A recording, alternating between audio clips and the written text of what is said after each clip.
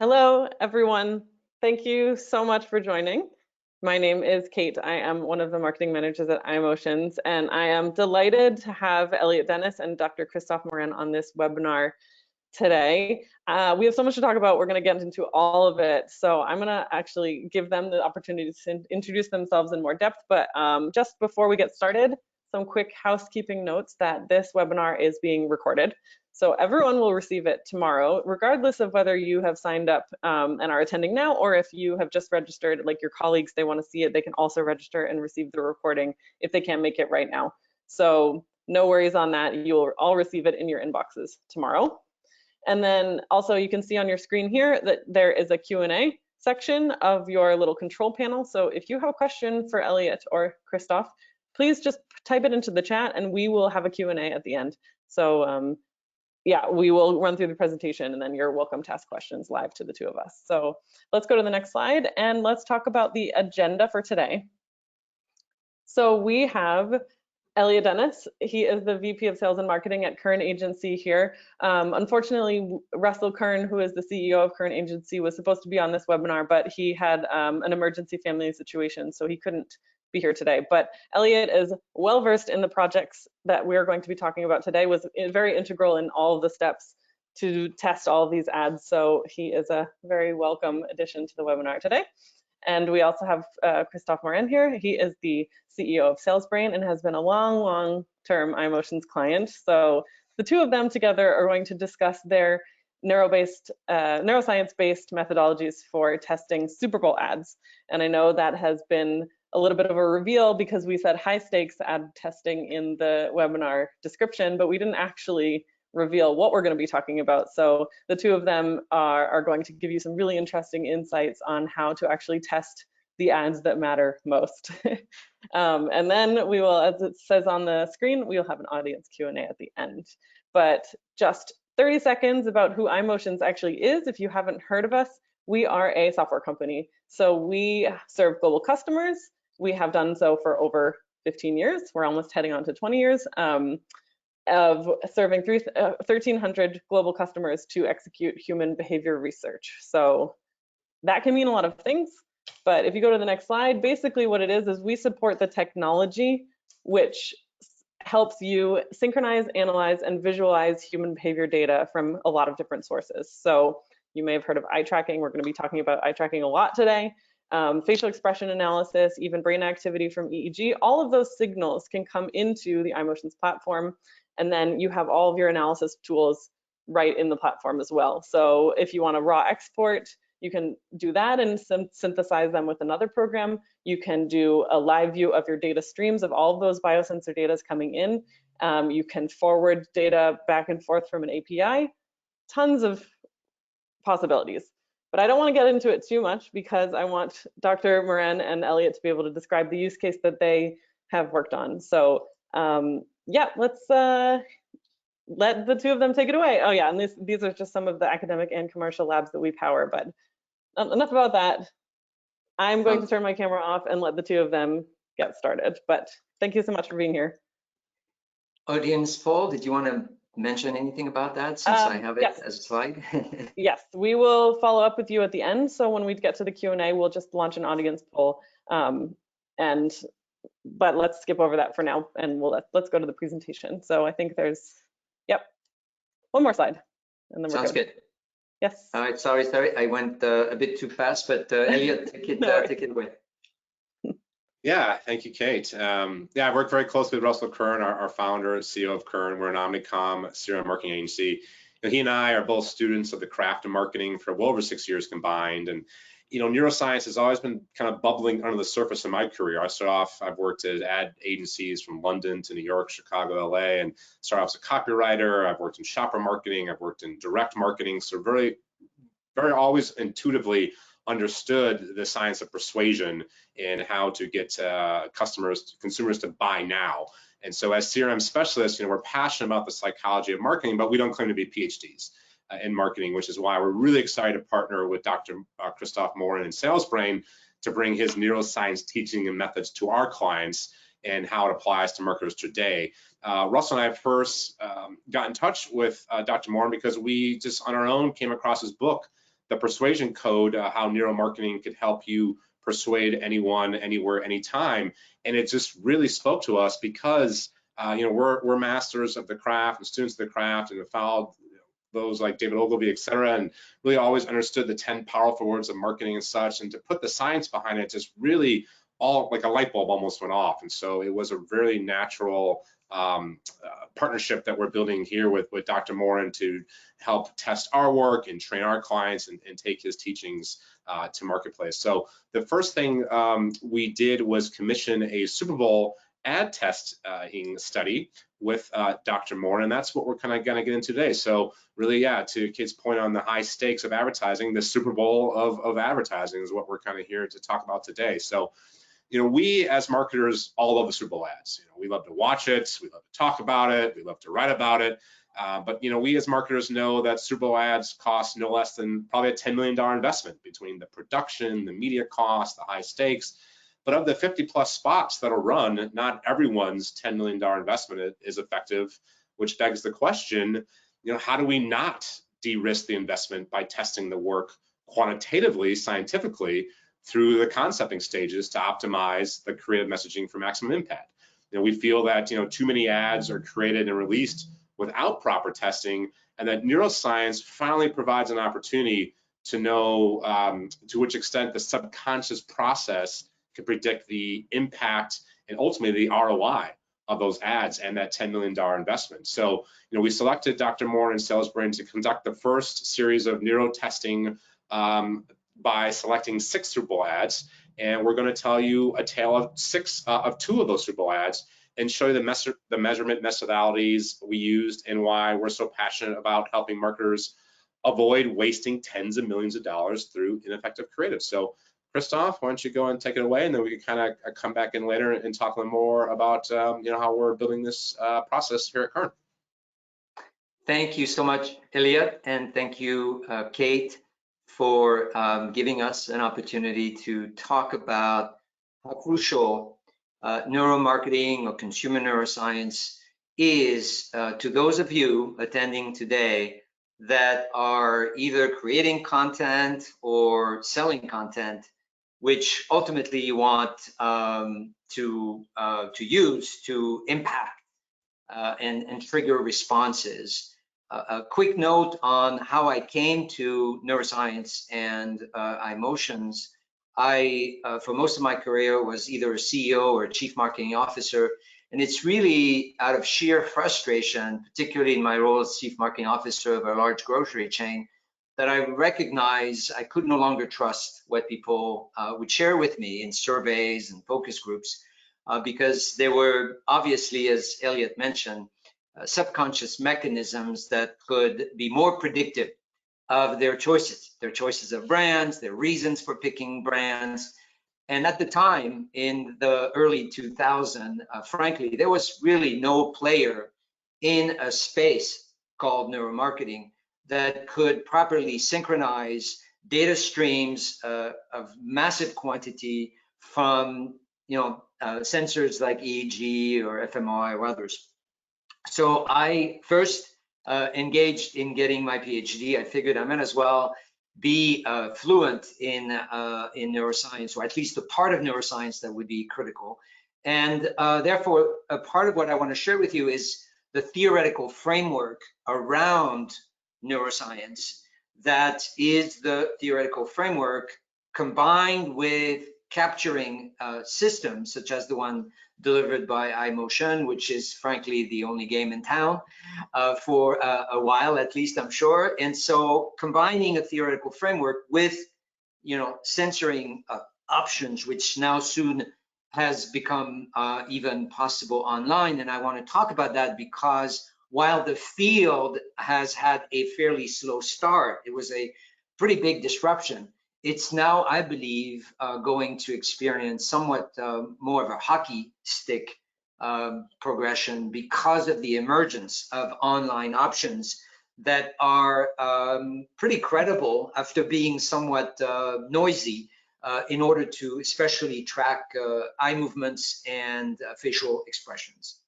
So yes, a theoretical framework is essential, and we managed to, out of the work that we did, and the work especially I did during my dissertation, confirm what has now emerged as the most prominent model of understanding brain responses, particularly as it pertains to media, which is the fact that we don't have one brain, but effectively two functional systems. Now, some of you may know those systems as System 1 and System 2.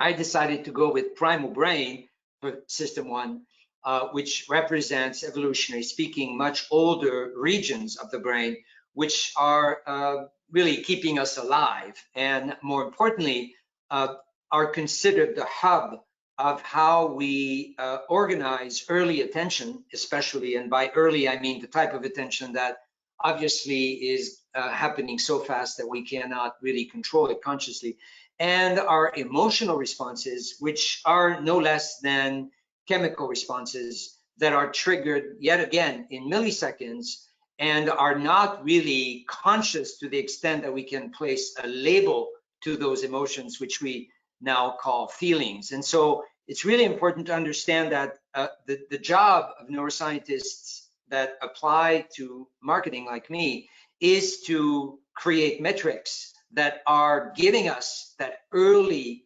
subconscious measure of response. The second part, of course, is cognition. And as a traditional market researcher, we know quite well how to ask questions, verify if people have had any kind of cognitive effort in order to understand a narrative and or remember anything. So it's been really powerful for neuromarketers like me to continue to integrate rational or cognitive measures and to see to which extent they actually align with one another. So I believe, based on my research and the publication, particularly of the persuasion code, that persuasion or advertising or trying to convince anyone is a bottom-up effect. We have to really recognize the subconscious mechanism and the speed at which they ultimately influence, or you could say jumpstart, an elaboration process towards cognition. We've further identified in my company and now taught to probably close to 200,000 people worldwide, we've identified that there are 6 critical qualities to a message that will jumpstart that bottom-up effect. So I'll go through this very quickly. All those 6 qualities in your message effectively connect to what I call a primal bias. That primal brain has its own basically rules, biological rules that are hundreds of millions of years old, and it is futile, if not stupid, to deny them. And so the point here is to remind you that first and foremost in that primal brain, we want to avoid threats and suffering, which is why in any kind of assessment of an advertising message, we want to understand the degree to which we are in a position to solve critical pain points, because the primal brain is first and foremost interested in avoiding threats. We call that making your message personal. The second aspect of the primal brain, which is good news for a lot of marketers, is that it is biased towards accelerating decisions, not deliberate. Now, I told you I was the chief marketing officer for a grocery chain. When I ask people to tell me how much time they need to make choices, they always tell me, oh, we need quite a bit of time, which is not real. It is just an illusion that in our mind, we actually need time or facts to make quick decisions. The second part of this teaching is to recognize that anywhere in your message, you always have an opportunity to simplify choices. And contrast is basically a binary position during which the primal brain knows go, no go, good, bad, good or indifferent. So you have the ability through this model of simplifying choices rather than create what we call spray and pray situations where you end up showing 10 reasons why people should buy from you. And of course, it's going to freeze any sort of activity in the primal brain. The third aspect, and of course, I alluded to that, the primal brain hates cognitive effort, which is why your message needs to recognize how biased we are towards simplification, how biased we are for learning and understanding a message with the least amount of cognitive load.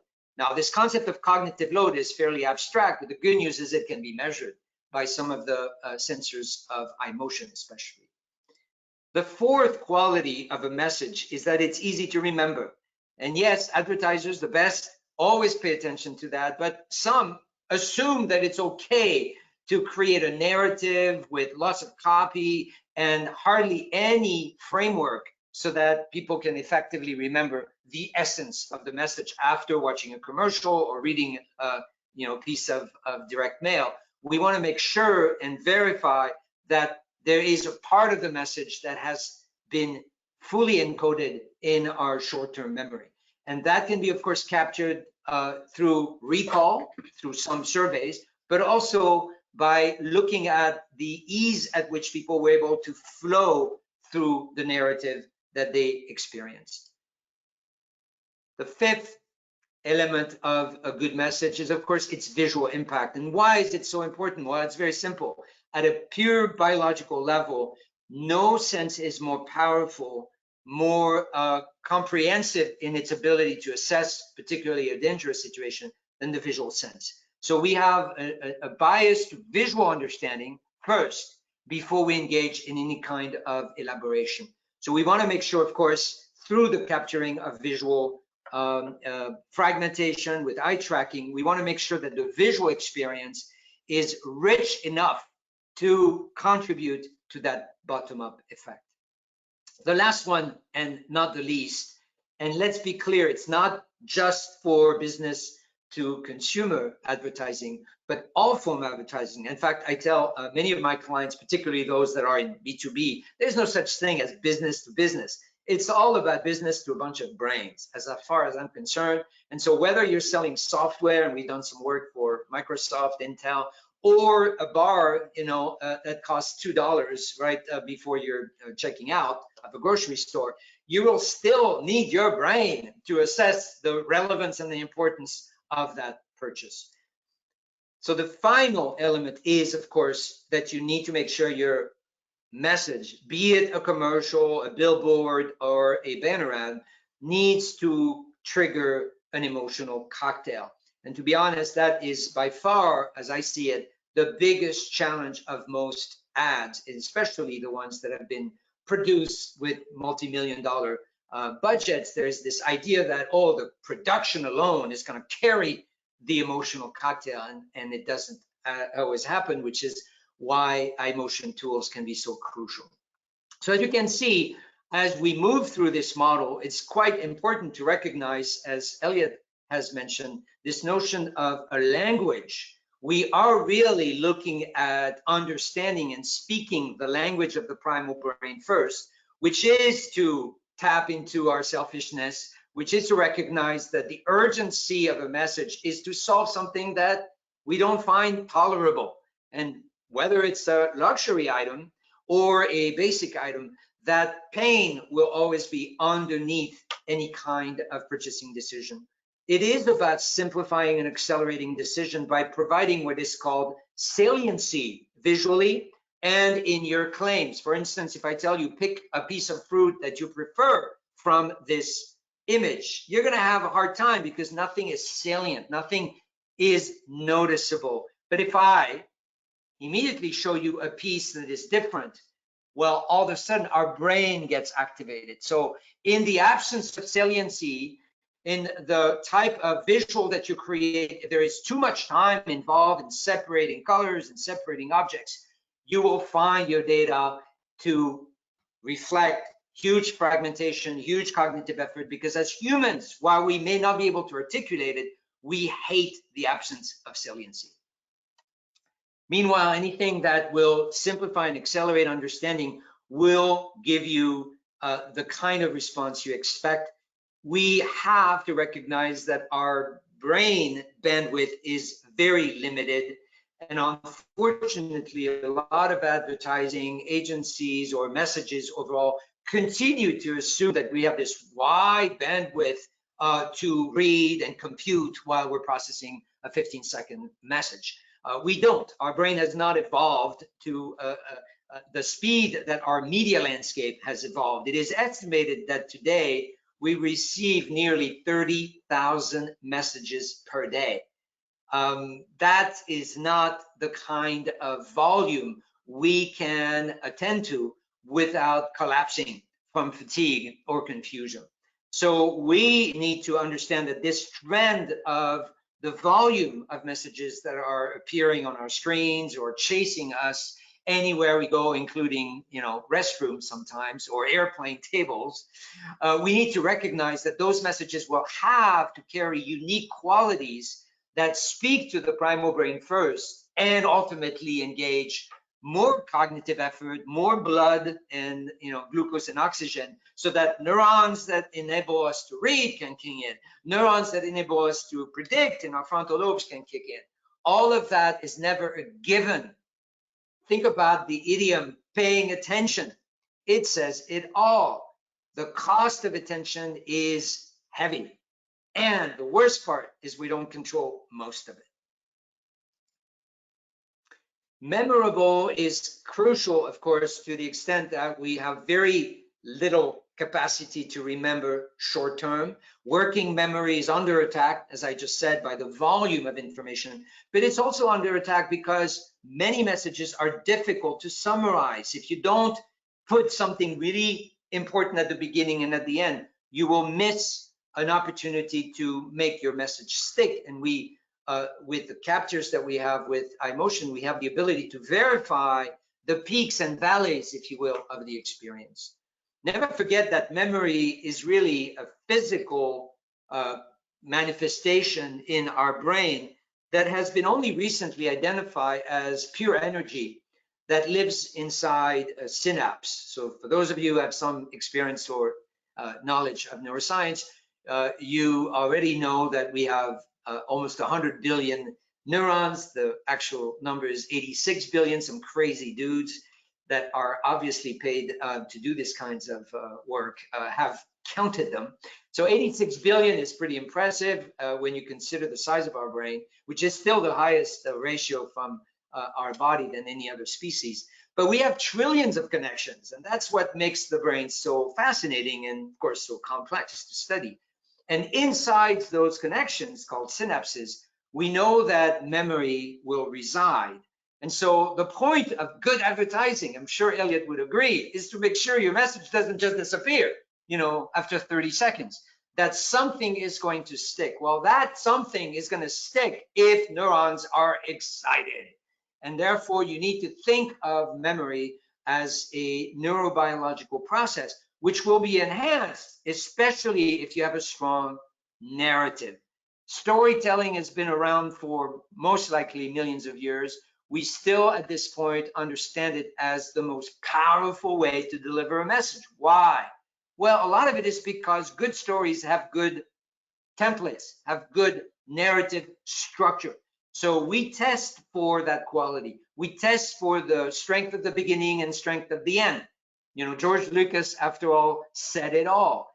A good movie is nothing but a hot opening and a hot close, and don't screw up in the middle.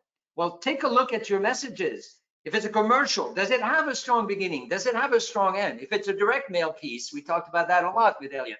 Make sure that the grabber or the part that will ultimately capture the most attention, ideally visual, is going to engage people into this narrative, but make sure at the end they are rewarded by a repetition of everything they hopefully have remembered and learned from that story.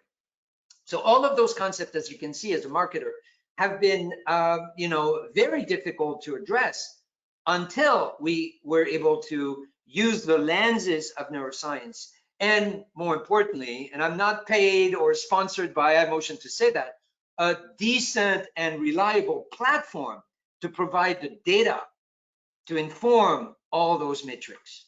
So yes, out of the 6, I got really lucky because some of them, and I'm here showing again the power of a good visual in order to illustrate the power of the model with those last 2. Visual, of course, is everything we want to finish the story in our head, and therefore figuring out very quickly the degree of the fragmentation of our visual attention, making sure that we, in a way, are able to control or at least understand where the visual attention is going. All of that is part of the model that we've put together and is part of the metrics that we're able to get from the iMotion platform, including, of course, the direct measurement of emotions.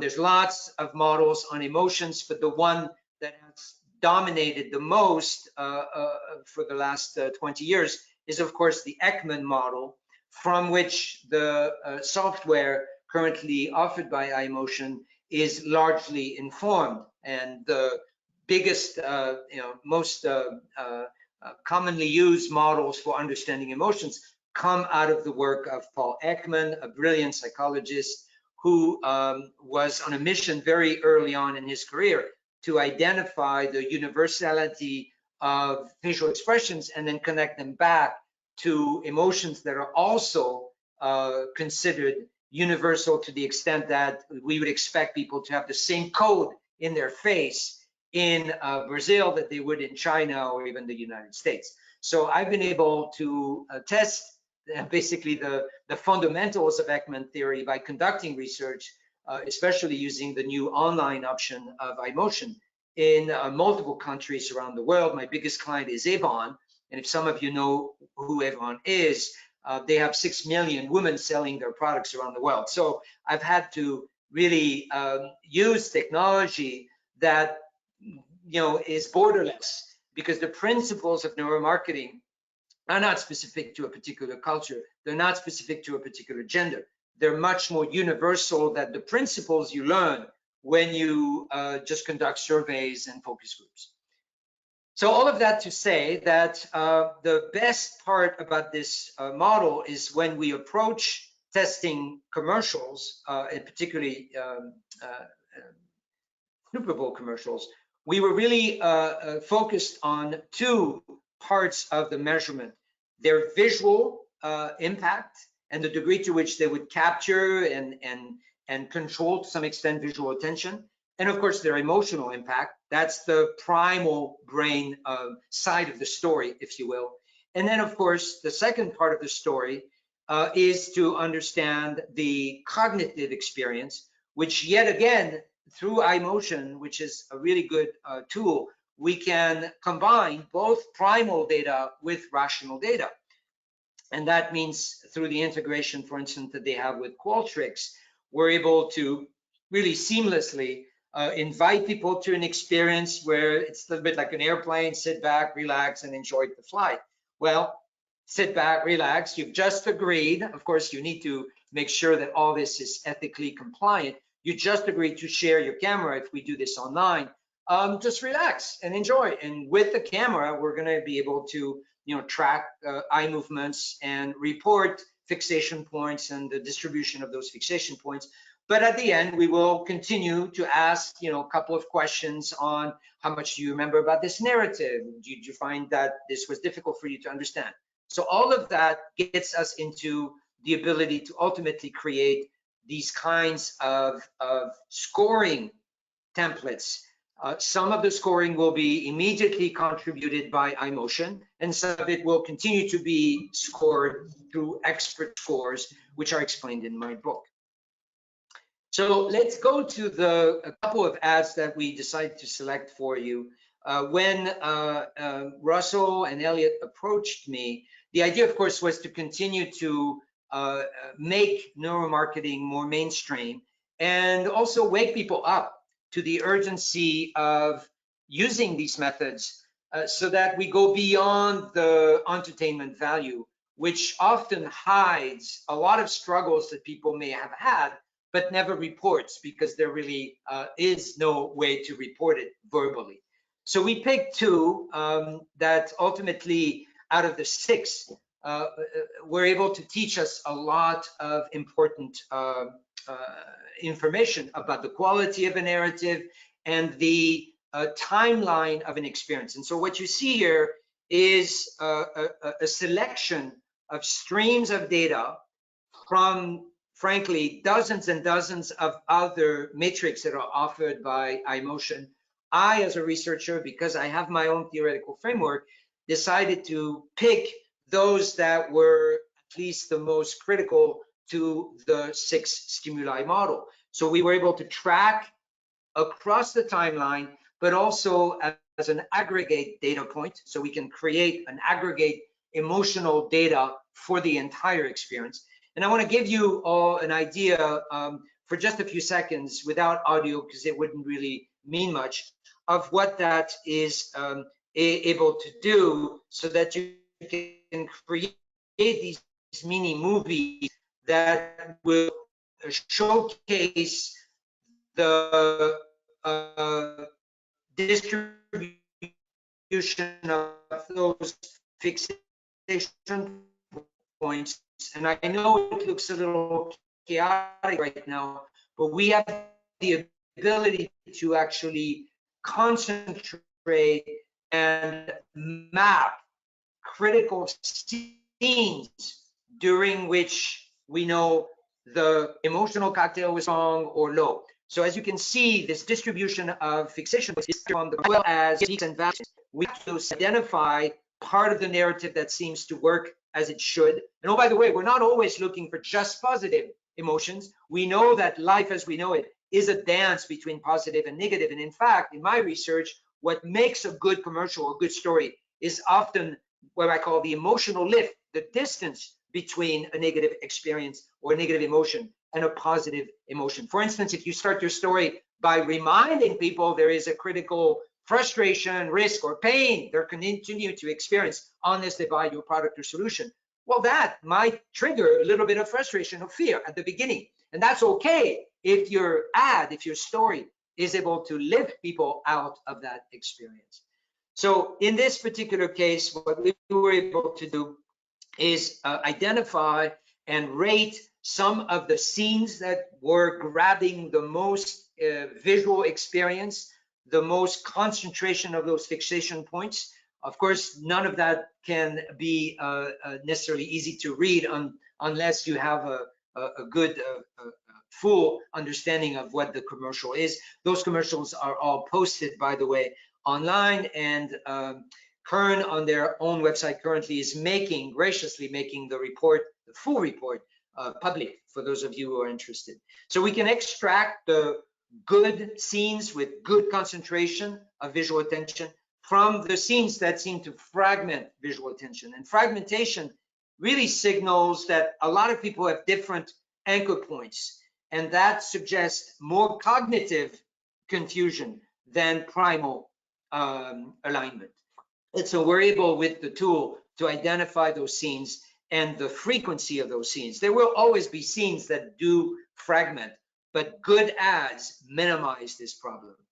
What we end up doing then is review more critically all the different elements, and we can comment and rate those elements. And especially 3 of them, we have the rating directly from iMotion, so that we can look at first and foremost the primal experience across all those stimuli. And as you can see, when we look back at the narrative, for instance, in this case, the pain that was solved by this brand of chips was somewhat elusive. It was very implicit. Most often, good messages try as best as they can to be a little more explicit.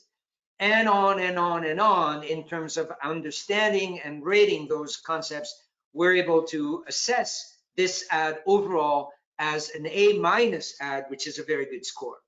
On a rational level, when we ask people to rank out of 6 the ones that they preferred, lay actually came up the first. So there's an interesting alignment between our primal scoring and a quantitative scoring. Now you're going to tell me, well, why do neuromarketing? Well, because neuromarketing can be conducted in much smaller samples and is more reliable for additional information that you get from that rating. I mean, yeah, it's my number 1, but what do you know when you just ask a survey question about the saliency of the visual experience, about the scenes that trigger the most emotions? Nothing. So I'm not the kind of neuromarketer that says, hey, abandon any kind of survey or cognitive measure. But I'm saying to those of you who just do cognitive measures, come on, you're missing probably 90% of the story behind the choices. Some of them people will be able to verbalize, some of them they never will or never could. And that's the value of looking back at those 2 types of metrics to assess a message. Now, we did, out of the 6, find that the Expedia message was the weakest. And you can see yet again into the distribution of the fixation points. It may not be obvious to you,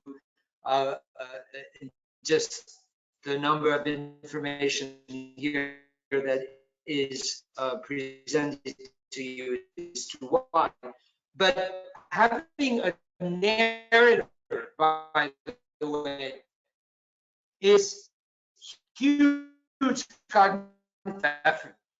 And that is, we are not going to listen and try to kick in our rational brain first to understand a narrative. And that is the ultimate fault, I think,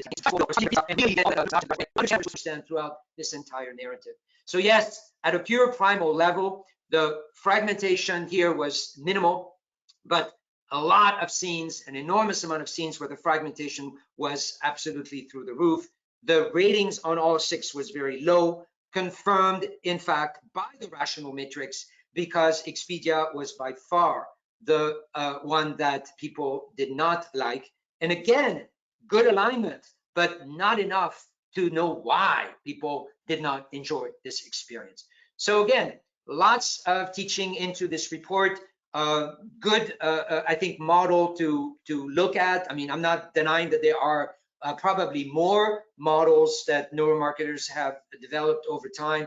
I've been lucky because I was one of the first to jump onto the neuromarketing bandwagon. I'm also a professor of media psychology, so I've been teaching masters and PhDs neuromarketing for almost 15 years. So I invite those of you who may not be in the field to join. We need more, raving fans like Elliot and Russell, and we need, I think, the quality of that discipline. It's a brand new discipline that is essential to understand the ROI and ultimately the impact of commercials. So I'll leave it at that. Kate, maybe you can start fielding some questions until Elliot is closing with a couple of more slides. Elliot? Yes, thank you.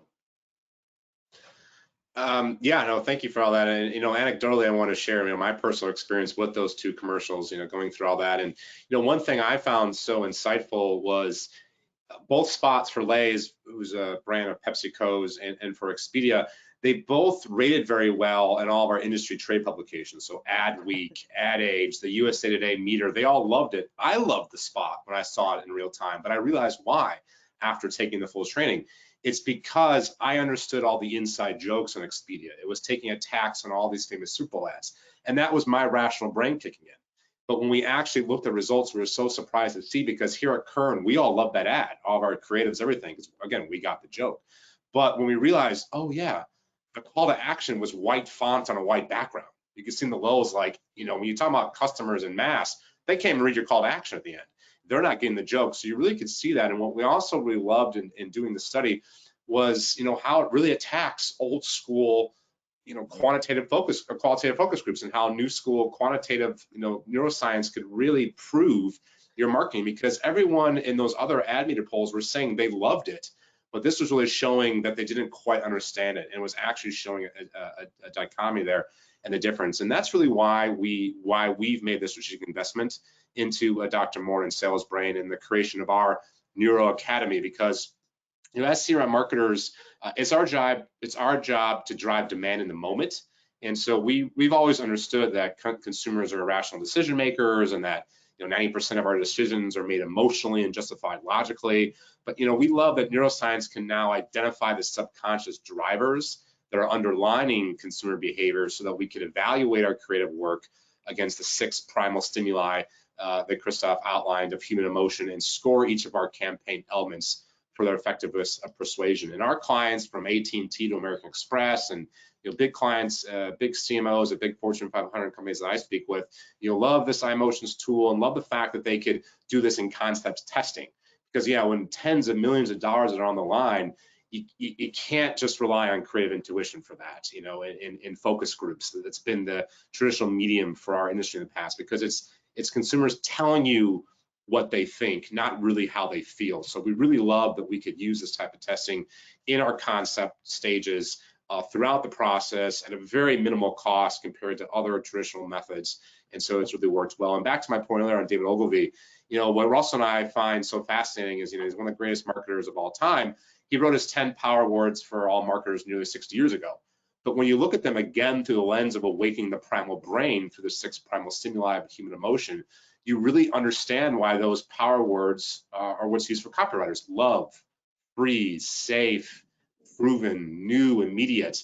It's because you can model and test your work of using neuroscience as a guide now, and not just creative intuition that maybe not all have. So, essentially, we live or die on creating work that works to elicit direct response, to deliver large volumes of new customers at speed and scale. So now that we're able to prove that our work works, because it's most effective as it can be to awaken the primal brain, is really a game changer for us, and why we're out here pushing that to the masses through our partnership with Christophe. You can see through KernAgency.com, you'll see the Kern Neuro Academy, or yes, if you want to reach out for the Super Bowl report, we have Kern Agency Super Bowl report.com. You can download that, many other white papers, etc. So thank you so much for your time, and please don't hesitate to ask away. I'm an open book, so I'll share everything that I can. Since you mentioned David Ogilvy, my favorite quote of David is that selling is easy as long as you light a fire under people's chair and sell the extinguisher. And just again, as you said, he didn't know much about neuroscience or neuromarketing, but his intuition was spot on. Understanding that as far as the primal brain is concerned, it's way more important to reactivate or experience a mini situation of feeling the burn on your skin before the intention, which is more cognitive, of buying an extinguisher is going to be activated. Thank you both. Yes, thank you so much. Yeah, I love hearing the both of you talk about your specific aspects, or how you come into this world and how you overlap and how you're different. So thank you so much. We have questions coming in, so we only have about 15 minutes left. So please get your questions into the question box ASAP so we can make sure that we can answer them. While you're doing that, you can also let us know how we can follow up with you. So if you would like to actually see iMotions as a demo of the live software, please let us know. You can click on the poll that I just launched, and we can even book an intro call about our software with one of our specialists, who can then walk you through how the use case that you present could be benefited by using iMotions, because we work with tons and tons of industries, and chances are that we have some of the expert knowledge on staff or in our partnership network, like the two of our guests today, who can actually be great resources for you. So please let us know by answering this poll. But in the meantime, I'm going to start asking you both some questions that we have in our audience. So we have Lisa, who's asking, what is the future evolution of focus groups?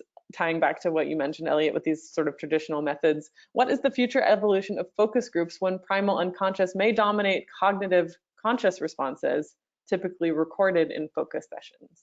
Does either of you have an idea about that?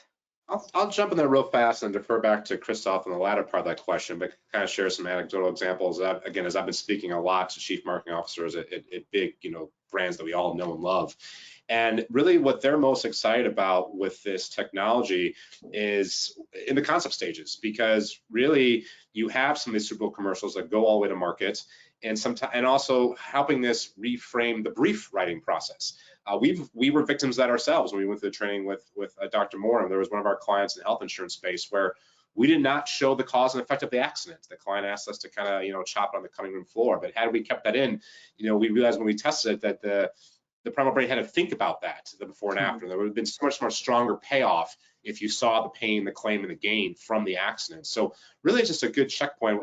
We feel here at Kern that as you're producing your work, and you could do this through animation, through storyboards, we found some unique ways even to do it through direct mail, where we video someone actually opening a letter. Obviously, for video, for print ads, it's very easy. That's really the best way to go about it, in conjunction with your focus group, maybe towards the end of your campaign or post-campaign. Yeah, the question is extremely relevant to what I think platforms such as iMotion can ultimately do, and that is, of course, by getting first and foremost consent, and I really want to make sure that this notion of ethics is not just a sidebar. It's central to any kind of research that certainly I've conducted, whether it was academically or privately. You have to adhere to the strictest, ethical rules. I actually wrote the code of ethics for the entire industry and recognized then how important it was to do that very, very early on. So my point was, I believe it would be quite powerful to allow participants in a focus groups to be recorded, and to do so to add from particularly their facial expressions content that could further provide some sort of a highlighter in specific emotional cocktails that most of us as humans have trouble reporting. Never forget that, most emotion experts or scientists believe we have probably thousands and thousands of emotions that we can experience. I've seen numbers like 60,000 being shared by a number of scientists. And yet we only have 6,000 words in English to describe them. And therefore, it's not easy for us to verbalize how we feel. It's also difficult sometimes to share that publicly. So there's a lot of shame or self-judgment that gets into it. And oh, by the way, thank you, Mr. Rational Brain. That's part of what's going on as humans. We want to be, socially accepted and so on. So all I'm suggesting is maybe a combination of some of those technology will ultimately be options you've never considered that could augment your teachings and learnings. Great, thank you. That actually segues really well to the next question we have from our audience, from Jana, who is asking about the moral aspect of neuromarketing. So she writes, what about the moral aspect of neuromarketing without adding critical thinking education? Yeah, so a discussion on what's moral and not moral, I think it's beyond my scope, certainly. I focused on ethics, which is in the marketing and advertising industry, where most of us are often engaged. The sad part, I have to say, is unfortunately, there's really nothing enforceable. Typically from an ethical code. And in some countries, may I even say the United States, the laws are far more laxed and open than they are in Europe, for instance, where I come from. And so I have noticed in my international work that sometimes the ethical conversation is much more formal, particularly in Europe. And of course, that is a great advantage that iMotion is originally from Europe, because they have immediately adopted, frankly, the strictest laws, because that's where the standards are. It's in Europe, not in the United States. And so, yes, the discussion is important. I do think that neuromarketing has to be transparent and open to those conversations.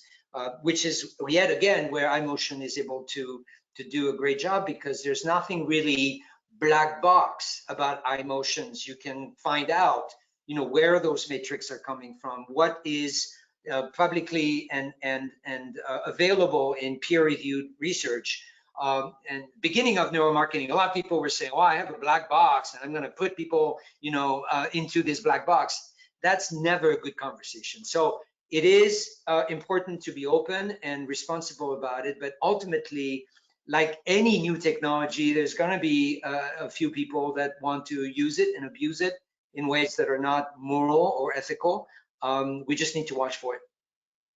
And I could add one thing to that from an activation perspective. Yeah, I work with US-based companies that are global brands, and so when I had some questions on that come up as well, and we directed them to the iMotions website, the question seemed to be answered just by taking a look at, again, where they're based out of and everything on their website. So it wasn't a mood issue for the CMOs we were talking with. Yeah, and thank you for mentioning that too. We are GDPR compliant in that you, as the client, become the data processor, right? So you are the one who is responsible for entering into the consent dialogue with your participants, whether they're online or they're in the lab. And then we have also some anonymizing features. So if you do record facial expressions, you can wipe the identity of that screen recording from that camera. So if you're worried about that, we've got you covered. And like Christophe said, our analysis tools are completely open book. We are open source. All of our R notebooks, which is our algorithms that process all of the sort of like peak detection for GSR, our eye tracking algorithms are built in, but you can see the entire code and actually modify it in R. So that's also very nice. If you are a heavy coder and you work with R, you will feel right at home in our platform. But Kate, another point, actually, it's quite interesting in my experience of ODC, which is the online data capture. I found that in Europe, generally speaking, and I believe it's because there is more awareness and sense that you're protected in Europe, the participation on ODC is far stronger in Europe than it is in the US. I think the lack of laws and conversation around this has created more skepticism and more fear. Which doesn't really support, the growth of what we're doing. So we need to have those conversations. We need to bring them at the forefront. Yeah. There's another question, which is actually about the data quality for the online tool. So can you get good data from face recognition with eye tracking online and also take all the data about plus minus emotion, engagement, and effort? And the answer is, in short, yes, because the online tool has facial expression analysis built in with eye tracking. So Christophe, can you basically just very fast give a kind of rundown of how that works? The key is to understand that your stimuli is going to rule the type of data that you're getting. So and Elliot and your team have found out, sometimes not always in the way you want, that the emotional cocktail are not coming as strong as you expect. Certainly not in a direct mail piece or print ad or digital ad as they would for a video.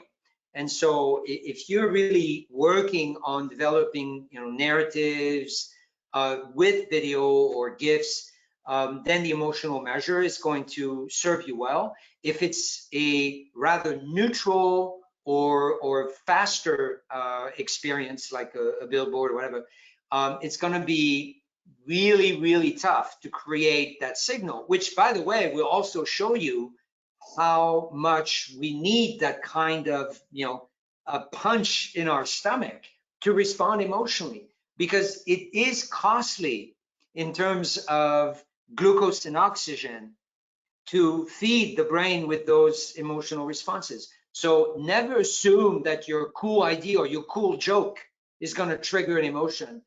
You will find it very humbling to put it through the iMotion system. Trust me. And Russell likes to always say, if you want to test your creative, just throw up on a billboard. Really quickly, viscerally test how well your visual alone has, when the old saying, a picture tells 1,000 words. Yeah, that's a good way of doing some testing too. Just find a little billboard somewhere and see if it actually gets people to pay attention. Did I answer all the question? By the way, I'm not sure. There was a tail end of it. Yes, did I? Yeah, I mean, when you talk about engagement, emotion, and effort, I think effort is a little bit harder to assess, but emotion and engagement, if they're visual or facial emotions, expressed facial emotions, if they are in the facial analysis, then yes, we can detect them. But you always have to think about also the thresholding, like Christophe said, of how salient your stimuli is, because you could get like, a corner of your lip going up and it could indicate a smile, but it could just be someone's distracted, right? So you have to have that qualitative and quantitative element. And by the way, on ODC, the good news is you have to kind of go out and test, let's say 120 people to through threshold and noise filtering and so on, to get half of the sample as good candidates for data. So there's also part of that process of inviting more people and then filtering the data for those that took the test seriously, because in a lab, which I've done this initially with iMotion, you control everything as a researcher. You can see if people are picking their nose. You can tell them, just remove your glasses, make sure you're in the light. But when you do it online, you don't control many of those conditions. So you're having to do a little more back-end work. But frankly, the cost of doing online now neuromarketing is such a a fraction of what lab studies were. I have stopped doing lab studies because it involved travel, it involved, talking to people about the fact that their hairdo is going to be messed up by EEG sensors. I have other things I want to do now, and an online data capture has been really a game changer. And I could add to that. I could share when I'm speaking with people when it gets on a cost for that too. They're shocked. They're like, "Wow, I could." That's nothing compared to when I'm investing in this campaign. I'll totally do a couple rounds. That's right. Of that, so. That's right. And the speed at which we can collect. I mean, when you combine the flexibility, the fact that I can do international studies, tap into existing online samples, all of the infrastructure exists for this platform to really thrive internationally. Great. We have 4 minutes left, so I want to speed through the last few questions. We have a question from Alexandra, who's asking, do you have any thoughts or research about the power of eye tracking for CTR analysis on digital advertising, meaning click-through rates? I don't have anything that's publicly available. We do, of course, a lot of studies that would involve, tracking the extent to which people ultimately click. I know that there's data that comes from iMotion on that. I'm not sure about ODC, but more on the desktop tool. I think we can track that. Look, let's be clear. Yes, you can actually get that data even from Google Analytics, and web analytics have traditionally given you the sort of click-through that you can get from a piece of advertising. The part that's been missing, and this has been my focus, is not the web analytics, it's the brain analytics. You can't really get from Google, what clicks are happening in the emotional areas of the brain. So I hate to disappoint on the question, but I think we need to separate what is well established, web analytics, click-through, bounce rates, scroll data, all that is already available, to those that are ahead of those behaviors, which are, to me, the sort of the next frontier of marketing. And I could share, one way we're activating on that really is just from the traditional A/B testing method. So for digital creative and then for our direct mail creative, we're able to do that where, for example, in direct mail, it's a very popular feature where we have what's called controls. We have certain mail pieces that we know work and they have a historical response rate. And so you have it as part of your mix as you're testing new types of creative, and you're always trying to quote, beat your controls that are going out as well. So what we're doing right now with Christophe is actually what we know is our highest performing creative. We're now going through all the neuroscience testing to then make it that much more impactful, seeing what the results have been to make it more persuasive. Then taking those new pieces of creative and testing those against our controls to see higher engagement rates. The same thing for digital. So we're just essentially doing A/B testing of work before it's been optimized through the process and after to then see again also higher click-through rates. So it's one way you can just kind of test that. Nice. Okay, last question, which I'm going to combine into one because it's two people, but it's similar questions. So one person is asking about if you don't have visual, but you have audio stimuli, can you use that for testing? And then also, can you do out-of-home testing like a drive-through or a shopping mall? Have either of you used iMotions for that kind of test? Either audio or out-of-home? Yeah, so audio is an interesting stream of data. I've done a lot of research using voice analysis, which is not currently a feature in iMotion. And therefore, I'm always very interested in tracking emotional marking in the voice, which is possible.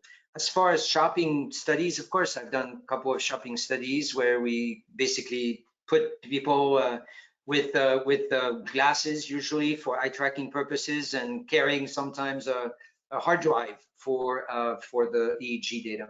So yes, it's possible, and it's costly, however, and fairly intense in terms of using the equipment. I'm going to have to sign off because I have another webinar coming in. But thank you for inviting me, Kate, and thank you for showing up, Elliot. If any of you have questions, Christophe@salesbrain.com. Don't be shy. Thank you so much. We really appreciate it. Have a great day, everyone. Bye-bye. Thank you.